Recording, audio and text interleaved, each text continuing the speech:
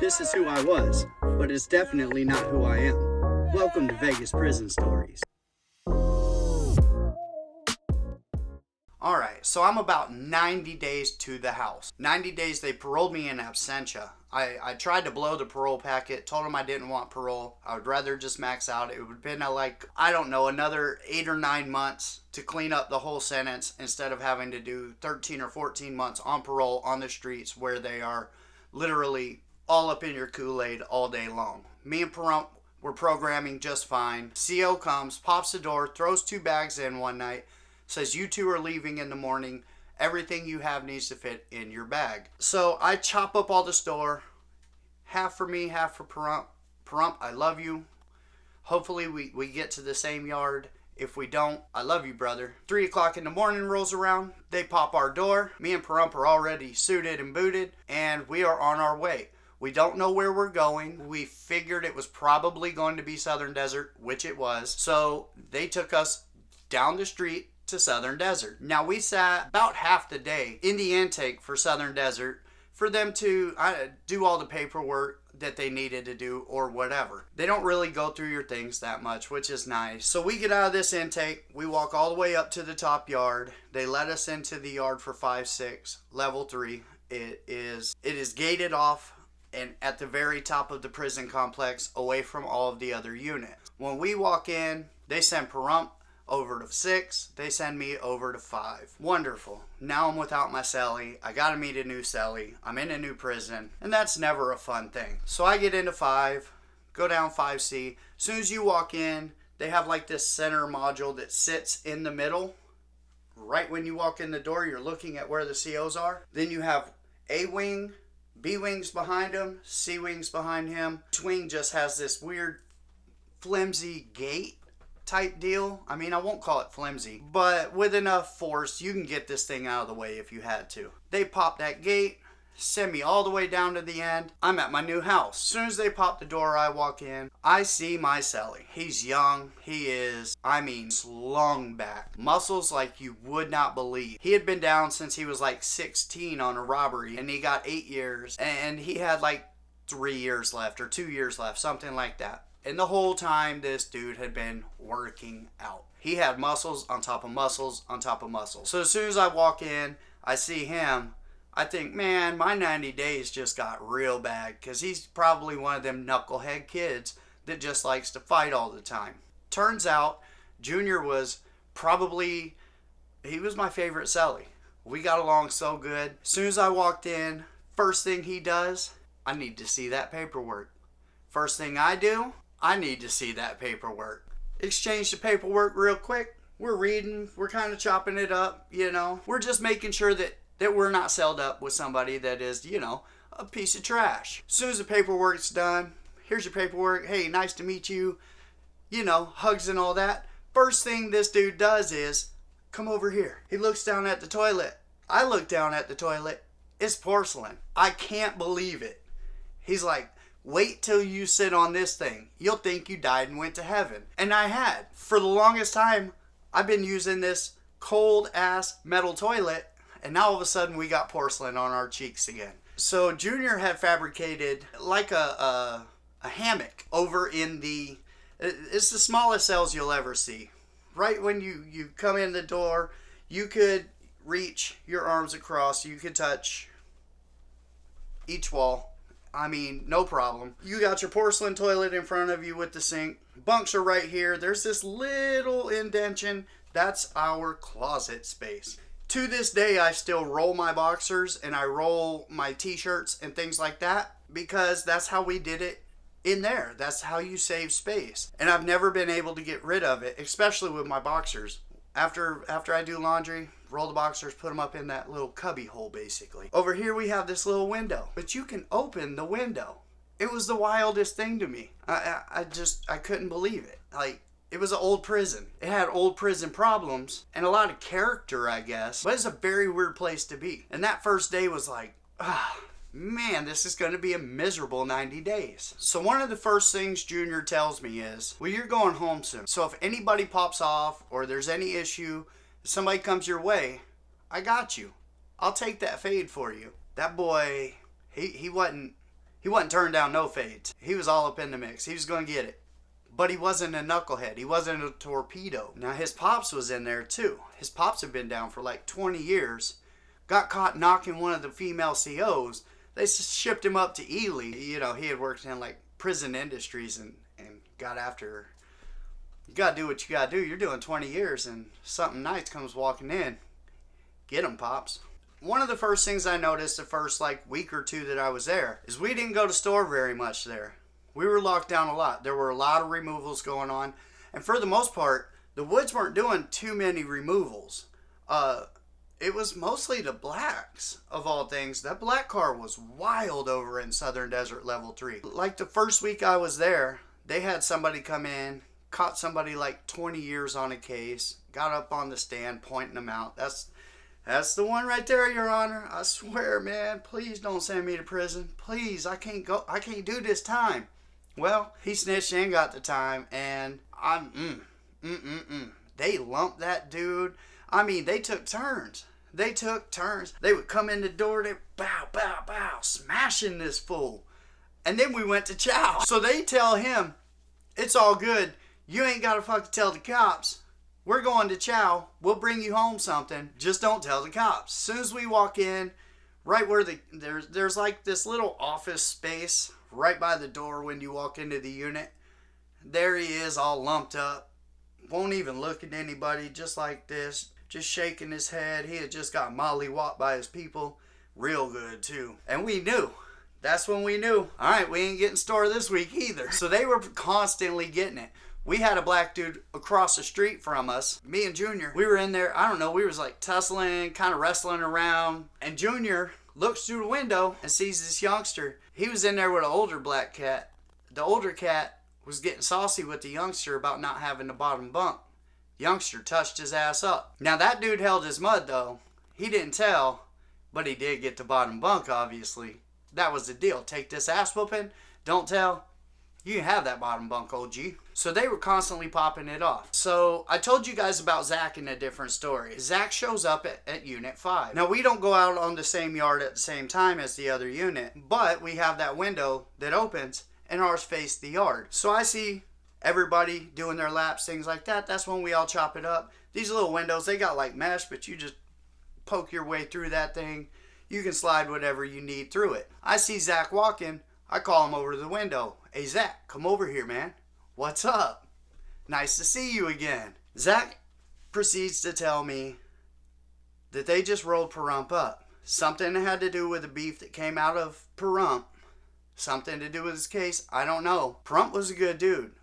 And I hated that they did that to him. And they said when he rolled it up, they took his store. So I tell Zach right away, hey, homie, I gave him that store. What are you talking about? You took all of his coffee and his hat and, I mean, his beanie. Everything I had given this man.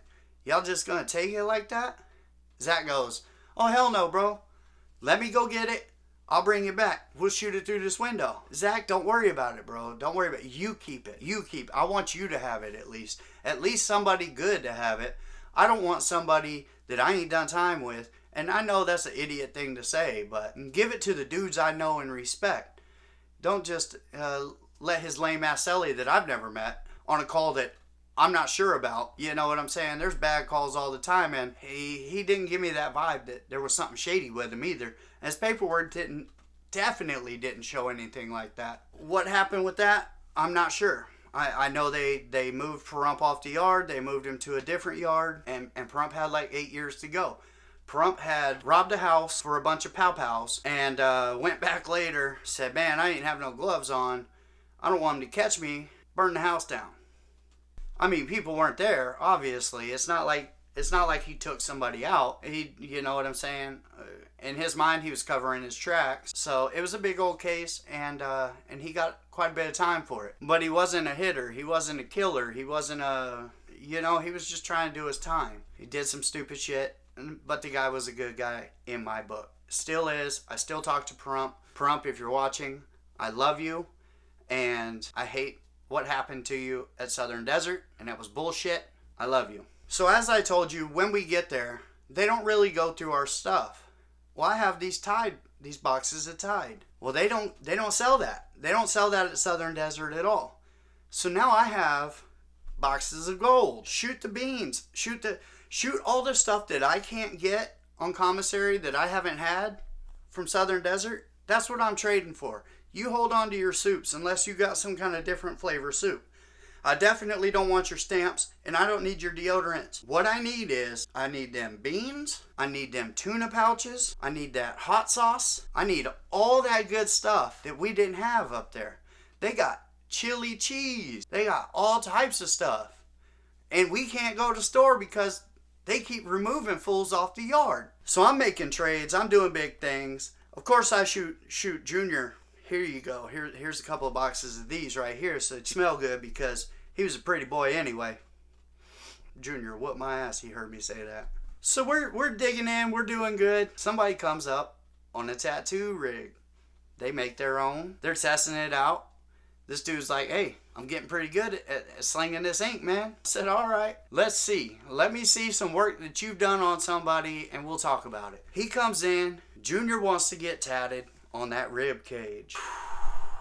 It's about to be a bad day. So we come across what we need. I find a stapler spring and a stapler in the office. Junior, I don't know where he had already had his. Junior stayed with a tattoo needle. They're very easy to hide. You just open your Bible, put them in. They're very tiny pieces of metal anyway. So we get that all together. We're able to go to the store, so we get the disinfectant soap so we can scrub our shit so that we don't get, our arms falling off from gangrene or anything. And we get to getting a little bit of tattoo work going on. Junior, I had to sit on Junior when he was getting this done. And he's a tough dude.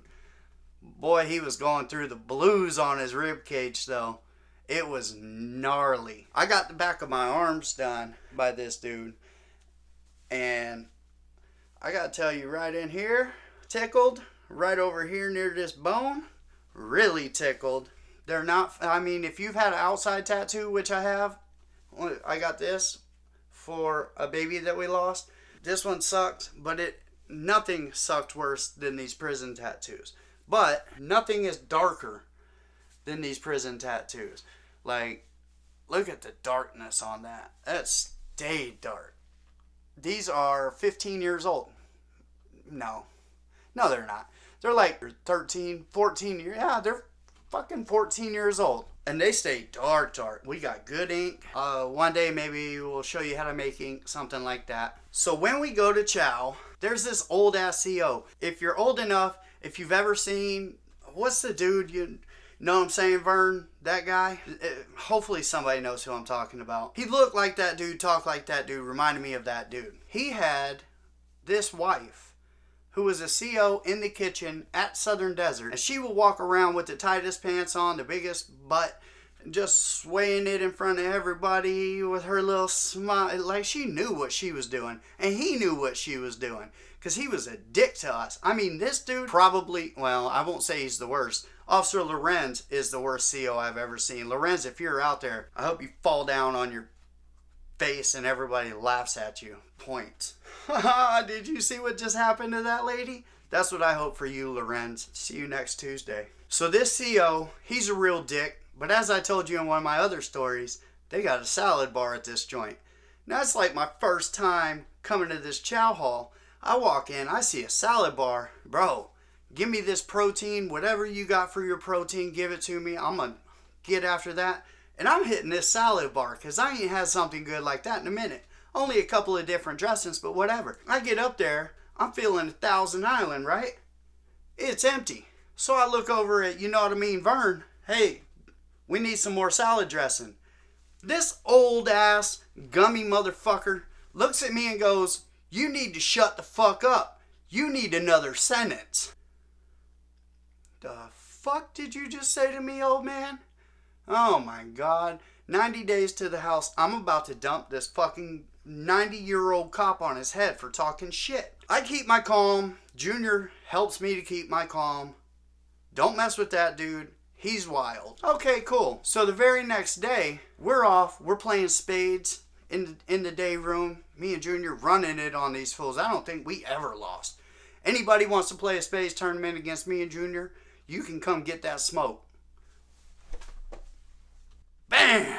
So we go back to our house. Who's up in our house? This old ass 90-year-old, you know what I mean, Vern, mother, got his boots on my bed, up in my vent, talking about, they got that shank in here somewhere. I'm going to keep searching until you get that hammock down. Oh my God, here we go. Now obviously there's probably something, I'm not going to admit to it, in our house. I mean, it is what it is. Of course it is. And especially with a rowdy knucklehead like Junior as a cellie, I'm always going to make sure I got something around to poke somebody. This dude for sure probably had 14 of them up in the vent because he starts panicking. He's over there with his teeth trying to yank on this sheet to get it off and bust his hammock down. This dude, I swear to Christ, we have the little razors that are in the Bible. I see him grab the Bible. Junior, what the hell are you doing? Slides the razor, cuts the sheet, yanks the sheet off, and old man's happy as pie. Okay, he was just messing with us. Gets off my bed, leaves my house. Completely torn up, of course, and now I got his muddy ass boot prints across my sheet. I'm thinking bad things about this old man. For the entire 90 days that I'm left there, I'm thinking about how I can body this old dude and not get caught for doing it. Maybe I can trip him walking down the walkway, or, you know what I'm saying, just some kind of slick something so that I can give this dude a couple of stitches, because he's a real dick. Instead, we just avoid that dude. And I never had any more problems from him. Thank God. One more problem, I swear to God. I wouldn't be on YouTube right now. Would not be on YouTube. Oh, sure, I know exactly what you mean, Vern. Wow. I'd have dumped that dude. Oh, fucking old ass man. I'm going there and finger bang your wife in the fridge, bro. Keep talking shit to me. So not only that, we were running a poker game out of our house. Now I'm not going to go into the politics of the poker game and who was getting paid off the poker game, but we were running the poker game in our house. Somebody didn't tell us that there was a CO coming down the way. We're in there playing. Everybody's got their zoom zooms and wham whams and bags of coffee and whatever they're betting. Junior gets up, looks out the door, comes back, sits down, starts playing poker. CO, a young black cat, comes by, looks through the window, and keeps it pushing. I look over at Junior. Junior, what the fuck was that? He says, don't worry about it. I got that one covered. Well, you want to tell your fucking roommate about that? You want to tell your cellie? Let's talk. He says, old boy takes a honey bun every time he's on. If you don't notice, I leave a honey bun on my pillow. Old boy takes a honey bun and he lets us play our poker. He just got a sweet tooth. That's it. A sweet tooth. Junior's over here finessing dudes with honey buns. Cops, are you kidding me? That boy's wild. One day, we're sitting in the unit. We go back to our house. We lock it up. Middle of the night, door pops open. Now, of course, we hear the door pop open. In my mind, oh man, either they're coming in here to mess with us or somebody's coming for us. I jump down. CO, nice, pretty-ish little female CO, throws a bag of Jack in the Box up in the cell.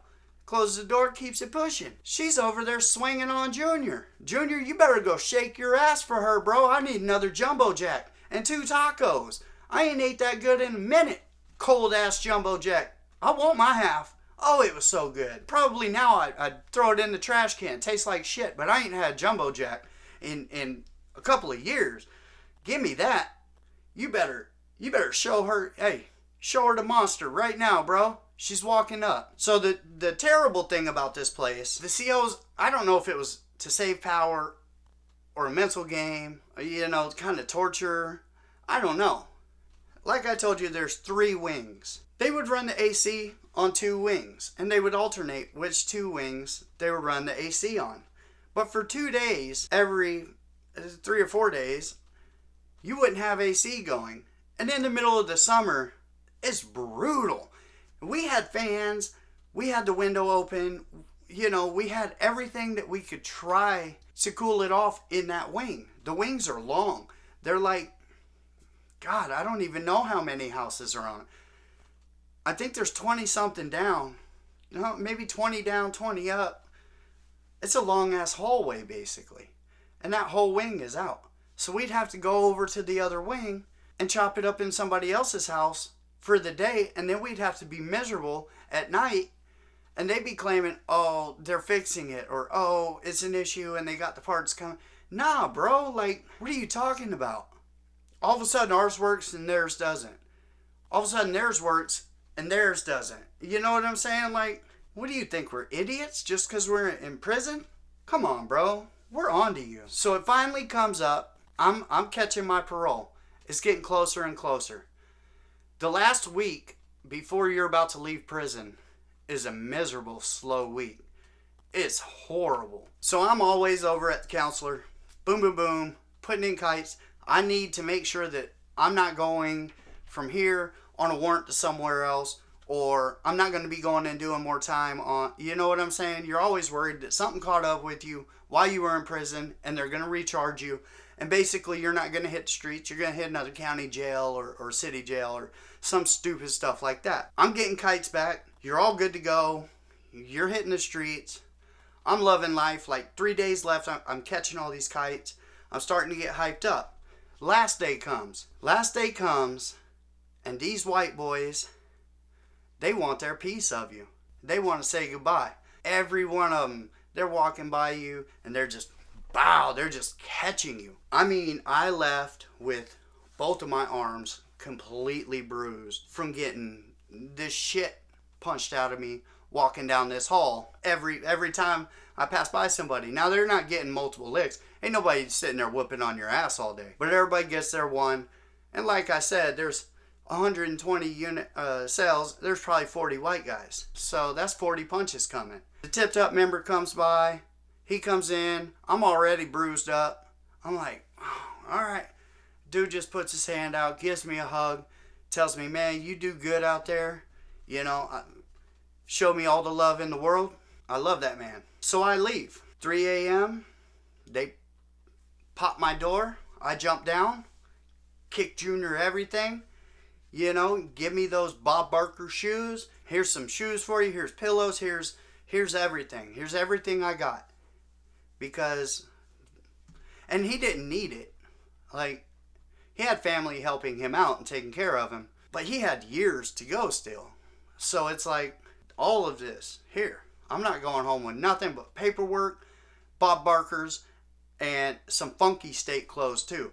I gave him my good stuff. We go down there, 3 a.m., 4 a.m., something like that. It's still dark out. Boom, back to the intake. They're processing us out. Usually you're supposed to be out of there by like 9 a.m. They take you to parole and probation. That didn't happen. We were there at 4 p.m., still sitting in intake. They finally get us on the bus, get us downtown, shackled the whole way down. You know what I'm saying? Like, I'm basically a free man, but I'm not a free man. And they drop us off in front of probation and parole. Hit us with a sheet saying, come back tomorrow because P&P is already closed for the day. Have a nice day. And we'll pick up on the parole story from here, because that's a whole different story in its own. But I just wanted to tell you guys about Southern Desert, basically. It was a cool place. If I had to do years there, if I had Junior as my cellie, I'd have been just fine. It was a garbage place at the same time. The COs were pricks. Old equipment, AC units, things like that. So, it smelled. And they just popped off and had a riot there, which I will be talking about also, because I'm pretty sure it either happened in Unit 5 or Unit 6. I was in 5. It had to have happened on the Level 3. I'm pretty sure, at least. Nobody on Level 2 is trying to pop off a riot against the cops, that is. This wasn't like a race riot. This was 40 Woods taking a unit, holding it all day from the cops, lining up in formation, and fighting the cops when they came to take it back. It's being suppressed.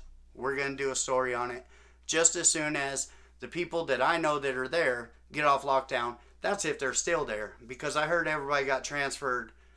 So that's pretty much, they probably transferred every Wood off to Level 3. I heard over 100 transfers happen. That sounds about right with the numbers. So now I have to wait to see if anybody I know and can get in touch with hits that yard and finds out from, say, the Serenos or the Blacks kind of what happened. So stay tuned for that. That'll be coming up as soon as I get more information. Thank you for coming to Vegas Prison Stories. I appreciate each and every one of you. The subscriber count is starting to blow up right now. The view hours, things like that. I have much love. If you comment, I try to make sure to comment back. Even if it's just with an arm or something like that, or a full-blown thank you or fuck you or whatever I'm doing, I try to make sure to get after everybody because you took your time to comment. I try and take my time to answer you. With all that being said, have a nice day, and thank you for coming to Vegas Prison Stories. I'll see you next time.